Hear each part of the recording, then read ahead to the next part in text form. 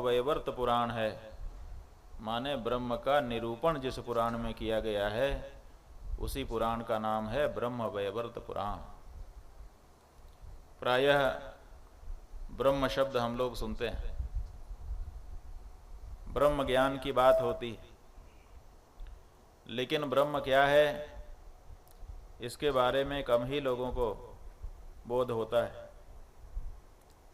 ब्रह्म ज्ञान की बातें तो बहुत लोग करते हैं,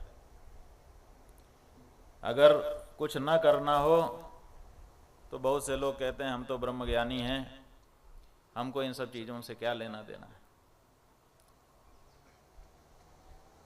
एक कहानी है कि एक गांव में ब्रह्मज्ञानी लोग रहते थे। ब्रह्मज्ञानी लोग रहते थे का मतलब ये क्या है, क्या वहाँ सबको ब्रह्म ज्ञान था? नहीं, वो अपने आप को ब्रह्मज्ञानी घोषित करते थे। किस लिए घोषित करते थे? कि कुछ कर्मकांड न करना पड़े। तो ये जो गांव था इसमें सब ब्रह्मज्ञानी अपने आप को घोषित कर चुके थे, इसलिए नहीं कि उनको ब्रह्म ज्ञान हो गया था, बल्कि इसलिए कि हमको कुछ करना ना पड़े। एक महात्मा जी गांव में पहुंचे, दरवाजे दरवाजे गए, भाई हम आपके यहाँ आए हैं, भिक्षा दे दो। जिसके यहाँ जाएं वही ब्रह्म ज्ञान की बात करें। अरे क्या बात कर रहे हो, आत्मा का आनंद लो, क्या रखा है संसार में। ज्ञान की ऐसी ऐसी बातें बताएं और जो चाहिए वो ना दें, तो महात्मा जी भूखे ही रह गए बेचारे। उन्होंने सोचा कि ये लोग सही वाले ब्रह्मज्ञानी तो हैं नहीं, ब्रह्म ज्ञान का गलत फायदा उठा रहे हैं, इनको शिक्षा देनी चाहिए। तो वो चले गए, एक राजा था उसके यहाँ, और उस राजा की क्या विशेषता थी कि उसके सिर में बहुत दिनों से दर्द था, वो दर्द मिट ही नहीं रहा था। बड़े बड़े वैद्यों को बुला चुका, बड़ी दवाएं कर चुका, सिर का दर्द जा ही नहीं रहा था। महात्मा जी ने सुना कि राजा बहुत परेशान है, अपना आधा राज्य देने को भी तैयार है, कोई अगर उसके सिर का दर्द मिटा दे। महात्मा जी ने कहा सिर का दर्द मिटे चाहे न मिटे, मेरा काम तो यहाँ बन जाएगा। तो राजा के यहाँ पहुँच गए।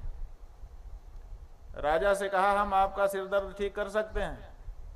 राजा ने कहा अरे आप आगे आइए, पीछे क्यों खड़े हैं महाराज, ये आसन इस पर विराजमान होइए, बताइए क्या आपको सामग्री चाहिए। जो सामग्री आपको चाहिए, खजाना हमारा खुला हुआ है, तत्काल वो सामग्री बुलाई जाएगी। जो दवा बनानी हो सब बनाइए, आपको सब कुछ मिल जाएगा, बस हमारे सिर का दर्द ठीक कर दीजिए। महात्मा जी ने कहा भाई आपके सिर का दर्द कोई सामान्य दर्द नहीं है कि सामान्य दवा से ठीक हो जाए, इसके लिए ब्रह्म ज्ञानी का तेल चाहिए। अगर कोई आपके गांव में ब्रह्मज्ञानी हो आपके राज्य में, तो उसको बुलाइए, उसकी खोपड़ी को फोड़ करके उसका तेल निकाला जाएगा। ब्रह्मज्ञानी का तेल अगर आपके सिर में लगा दिया जाए तो आपका सिर दर्द ठीक हो सकता है। राजा ने मंत्रियों से पूछा क्यों जी?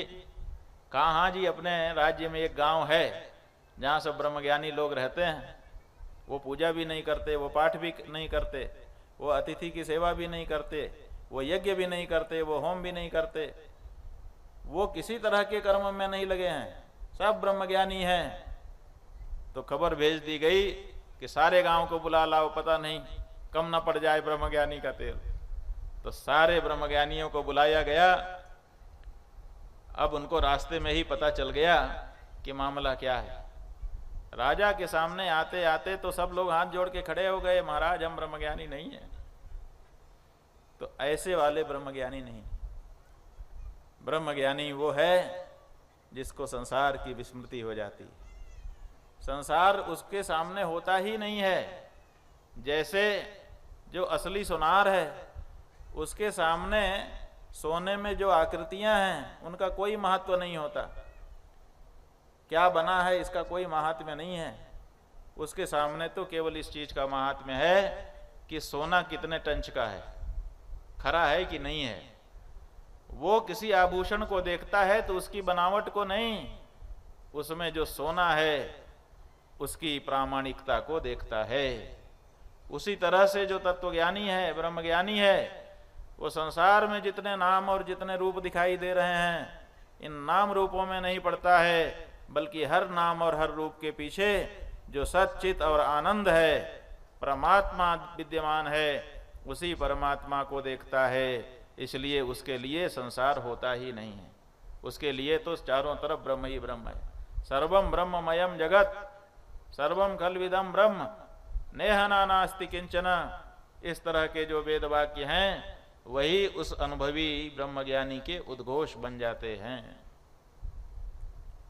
लेकिन जो अभी ब्रह्मज्ञान की उस कक्षा तक नहीं पहुंचा है, वो कैसे वहां तक पहुंचे?